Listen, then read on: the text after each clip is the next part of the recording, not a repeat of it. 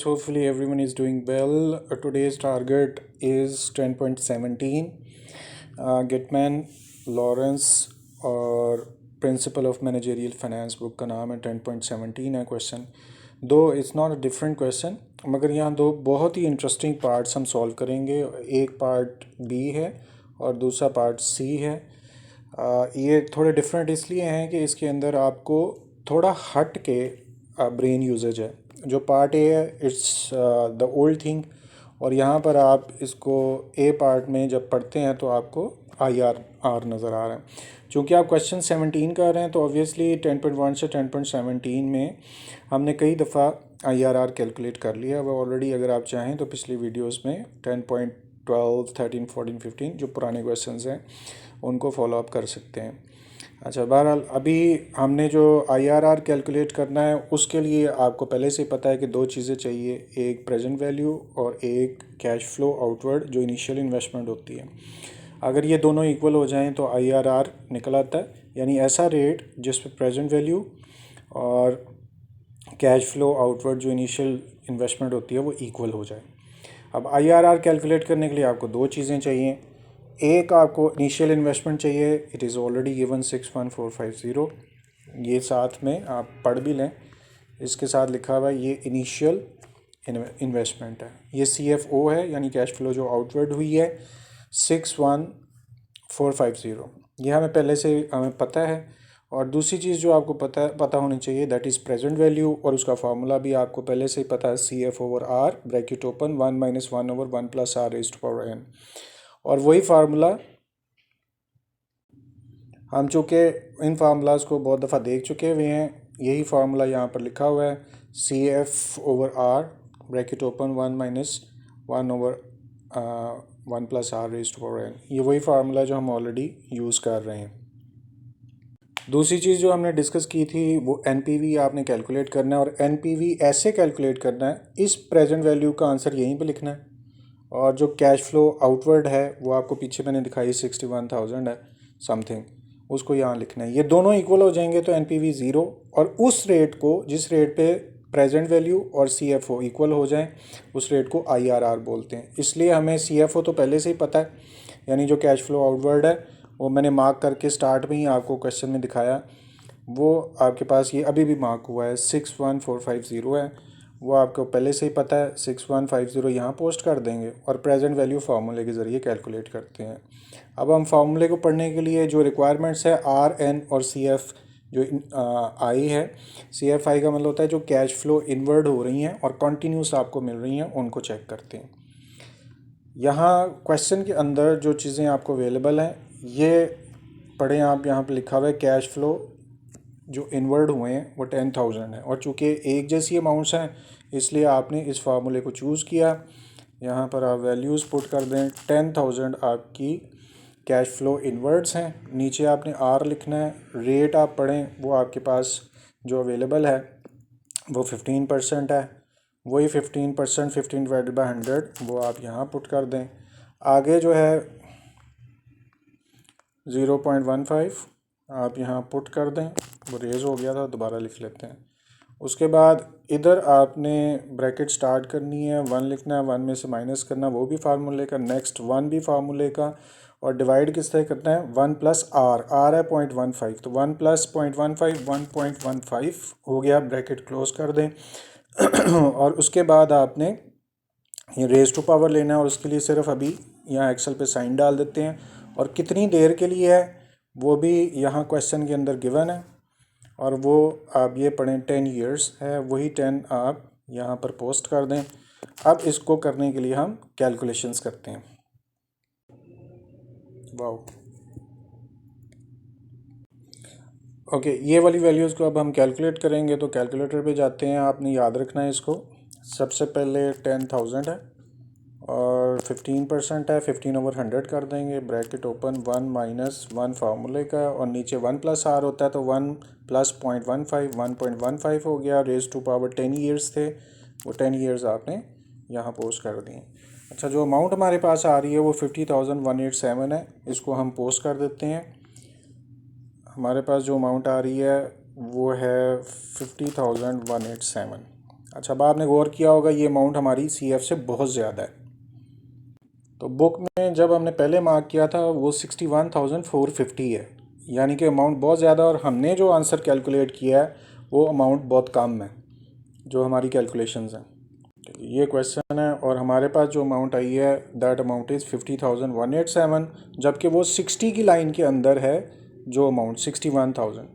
तो मतलब ये हुआ कि अब आपको IRR निकालने के लिए यहाँ पर एक ऐसा रेट पोस्ट करना है कि आपके पास जो प्रेजेंट वैल्यू है वो CFO के बराबर आ जाए, और CFO बुक में क्या दिया हुआ 61,450, वही हम यहाँ पर लिख देते हैं एहतियातन ताकि हमें नज़र आता रहे 61,450। Now your target is actually to change this rate so that we can have present value which is equal to CFO जो कि 61,450 है।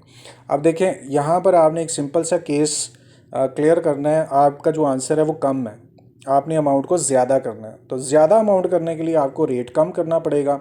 अब चूंकि ये बहुत डिफरेंस है, यानी अराउंड 11,000 का डिफरेंस है, तो ये डेसिमल में नहीं फ़र्क होगा, ये डेसिमल से ज़्यादा का फ़र्क होगा। हम एहतियातन इसको 11% लगा के देखते हैं, चूँकि हमने हमारा जो आंसर है वो कम है, अमाउंट जो लेकर आनी है वो ज़्यादा है, तो अमाउंट ज़्यादा करनी है उसके लिए रेट को कम करना है। तो रेट को कम करने के लिए मैं यहाँ पर एहतियातन अहमी तुक्का मार के 11% करके देखते हैं, और इस जगह पर भी आपने 11% करना है। ये काम हम कैलकुलेटर पे करते हैं तो हमें एग्जैक्ट चेंज करने में आसानी हो जाएगी। तो हम कैलकुलेटर पे जाते हैं।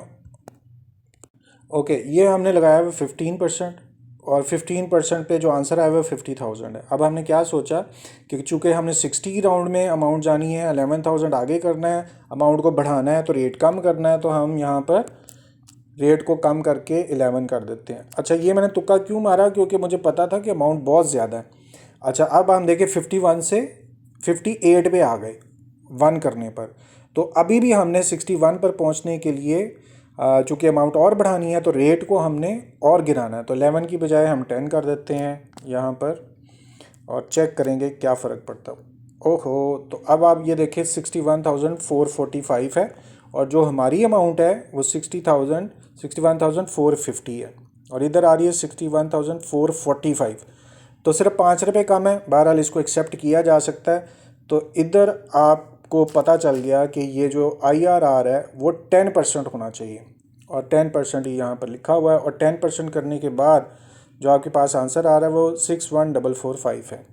वही आंसर आप यहाँ पे पोस्ट 61,445, और वही अमाउंट यहाँ पर आ गई। अब आप देख लें आपका जो डिफरेंस है वो सिर्फ 5 रुपये का, जो इग्नोरेबल है। अभी भी आप ठीक करना चाहें, अमाउंट बढ़ानी है, रेट कम करना, तो 9.99999 करके आप 10% से बहुत थोड़ा सा कम कर देंगे, लेकिन बहरहाल वो 10% एक्सेप्टेबल है।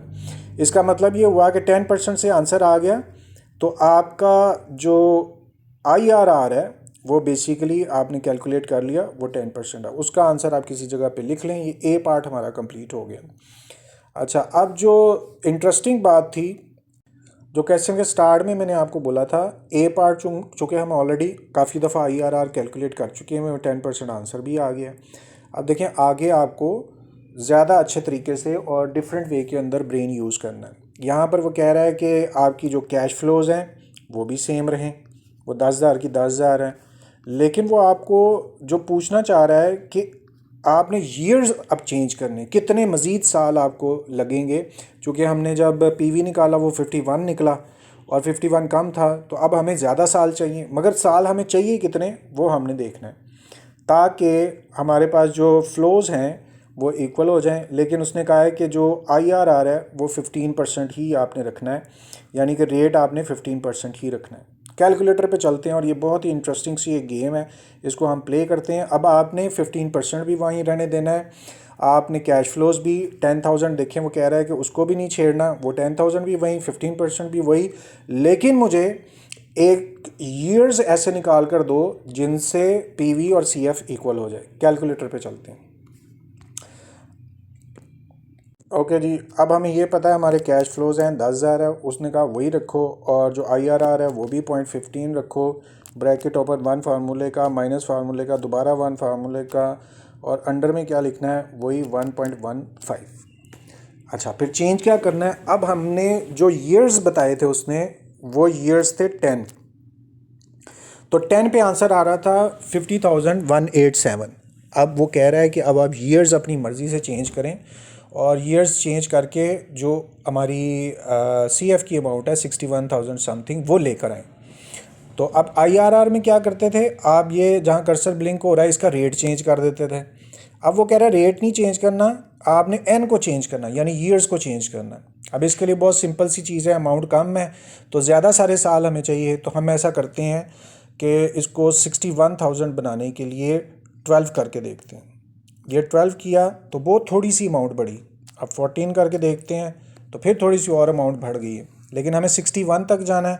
15 करते हैं तो हम 58 हो गई, 16 करते हैं 59 हो गई, 17 करते हैं तो 60,471 हमारे पास आ गया। जबकि हमें जो अमाउंट रिक्वायर्ड है वो दिखाने के लिए आपको बोल रहा हूँ वो 61,000 है। ये अमाउंट आपको नज़र आ रही है यहाँ पर 61,450 है। इस अमाउंट को लेकर आना है। अब तक हमारे पास जो अमाउंट आई है वो 60,000 है। इसका मतलब एक साल और आगे करते हैं, 18 साल पे हो गया 6127 और हमें चाहिए 61,500। तो अब चूंकि अभी थोड़ा और आगे जाना है, मगर अब इतना आगे नहीं जाना, आपको सिर्फ 220 के करीब अमाउंट चाहिए। तो आप यहाँ पर 18 से 19 पे नहीं जाएंगे, थोड़ा कम करेंगे। तो आप 18.2 करके देखते हैं तो वो हो गया 428, अभी भी थोड़ा सा कम है। इसको 18.25 करके देखते हैं तो वो हो गया 464, अभी भी थोड़ा सा कम है। आपको 61,500 पे जाना है, 61,500 पे। अब वैसे क्वेश्चन यहाँ पे भी ख़त्म हो गया है। 18.2 भी आप करेंगे तो ये एक्सेप्टेबल हो जाएगा। आप 6 करके देखें तो 61,475, एक मिनट अमाउंट दोबारा टैली करते हैं। अच्छा 450 थी अमाउंट, तो इसको 5 किया तो ये ऊपर चली गई, 4 किया थोड़ा सा और कम किया तो 450 आ गई। अब इसको 3 करके देखते हैं, ओहो गुड, ये एग्जैक्ट अमाउंट हमारे पास आ गई। हम थोड़ा सा आगे गए, थोड़ा सा पीछे गए और सेटल किया। हमने अमाउंट लेकर आनी थी 61,450। दोबारा आपको देख लें, ये लिखी हुई अमाउंट जो हाईलाइट की हुई है 61,450 और एग्जैक्ट 61,450 हमारे पास आ गया। कब? जब 18.23 ईयर्स होंगे। अच्छा जी, अब इस फार्मूले को आपने गौर से समझना, कॉपी पे तो हम नहीं लिखेंगे। आप इसको डायरेक्ट यहाँ से स्क्रीनशॉट लें और अच्छी तरह समझ लें कि जैसे ही आपने 18.23 लगाया तो आपके पास आंसर 61,450 आया। अब इस बी पार्ट में हमने क्या किया, हमने ये ईयर्स चेंज करते थे, अब ईयर्स नहीं चेंज करने, IRR चेंज नहीं करना, रेट वही है, सिर्फ हमने यानी रेट को आपने चेंज नहीं करना, ईयर्स को चेंज करना है। तो ईयर्स आपके पास एक्चुअली जो गिवन थे दोज वर 10 ईयर्स। तो आपने आहिस्ता आहिस्ता 11 किए, 12 किए, 14 किए, 15 किए, तो आहिस्ता आहिस्ता आप पहुँचे और आपको पता चल गया कि 18.23 है ईयर्स, जहाँ पर CF और प्रेजेंट वैल्यू इक्वल हो जाएगी। तो अब आप सिंपल बी पार्ट का आंसर 18.23 आप लिख सकते हैं, वो आप लिख लीजिएगा। स्क्रीनशॉट आपने कैलकुलेटर का ले लिया होगा, नहीं लिया तो थोड़ा बैक पे जाएं और दोबारा स्क्रीनशॉट ले लें। अब अगली भी मैंने आपसे कहा था कि जो C पार्ट है वो भी बहुत इंटरेस्टिंग है, वो थोड़ा सा डिफरेंट है। वो कह रहा है कि with in the given life, यानी कि वो जो ईयर्स दिए हुए हैं वो 10 है, इनिशियल इन्वेस्टमेंट वो 10,000 है, वो भी वही रखो, और जो कॉस्ट ऑफ कैपिटल है 15% वो भी वही रखो। और फिर वो कह रहा है कि what is the minimum inflows. ये भी इंटरेस्टिंग सी चीज़ है। अब इनफ्लोज चेंज करनी है, मैं कैलकुलेटर पे आपको डायरेक्ट लेके जा रहा हूँ। यहाँ पर वो ये कह रहा है कि ये जो 10,000 है इसको आप भूल जाएं, ये 15 भी वही रहने देना है और यहाँ पर ईयर्स को भी आपने 10 रहने देना है। मगर अब जो आपने जहाँ कर्सर ब्लिंक कर रहा है वो देखें, वो 10,000 की बजाय आप कोई ऐसी अमाउंट लिखें जिससे ये 50 की बजाय 61,450 हो जाए। अब मुझे याद हो गई वो अमाउंट। देखें क्वेश्चन में वो क्या कह रहा है कि आपने जो कॉस्ट ऑफ कैपिटल है 15 वो भी वही रहने देनी है, जो ईयर्स हैं वो भी वही रहने देना है। अब आपने सिर्फ जो CFI है, जो कैश फ्लोज इनवर्ड हैं, उनको ऐसे चेंज करें जिससे ऑटोमेटिकली 61,450 आ जाए। तो 10,000 करने से तो आ रहा है 50,000, तो जाहिर है अब हमें ये इनिशियल इन्वेस्टमेंट को थोड़ा ज़्यादा करना पड़ेगा। मैं ऐसा करता हूँ, पहला तुक्का मारता हूँ, इसको 11,000 करके देखते हैं और देखते हैं क्या 61 आ रहा है या नहीं। तो 10,000 की बजाय 11 किया तो देखें आपकी अमाउंट 51 से 55 पे चली गई। तो इसका मतलब है कि ये अभी और बढ़ेगा। तो 11 की बजाय नाम पुटिंग 12, तो मैं 12 पुट करता हूँ। ओ गुड, तो ये करीब चली गई 60,225 के ऊपर। अब मैं 13 करूँगा तो क्रॉस कर जाएगी। आपको चाहिए 61450, तो मैं दिखा भी देता हूँ। मैं 13 करता हूँ तो मुझे लग रहा है कि ये क्रॉस हो जाएगी। तो वही हुआ, देखें 65 पे चला गया। इसका मतलब 12 के अंदर ही रहना है। अब आपको सिर्फ 200 रुपीज़ ज़्यादा इंक्रीज़ करने हैं। तो 12,000 की बजाय अब आपने अमाउंट को कोई करीब करीब लेकर आना है। तो मैं ऐसे करता हूँ 12,200 करके देखता हूँ। तो यह 61,228, अभी भी 200 रुपया कम है। तो मैं इसको 12,300 करके देखता हूँ। तो ये आगे चली गई अमाउंट। इसका मतलब है कि अगर आप 3 करते हैं तो भी आगे चली गई, 200 करते हैं तो थोड़ी कम है। तो अब यहाँ पर हमें 200 को नहीं छेड़ना। अब 230 करते हैं, 240 करके देखते हैं कि हमारे पास जो करीब की अमाउंट है वो कौन है। 30 करते हैं तो 30 से अमाउंट 613 हो गई, तो 614 चाहिए।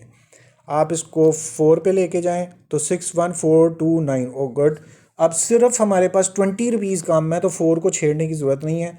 आप इधर आ जाएं और इधर आप 4 लिख के देखें, 2 लिख कर देखें।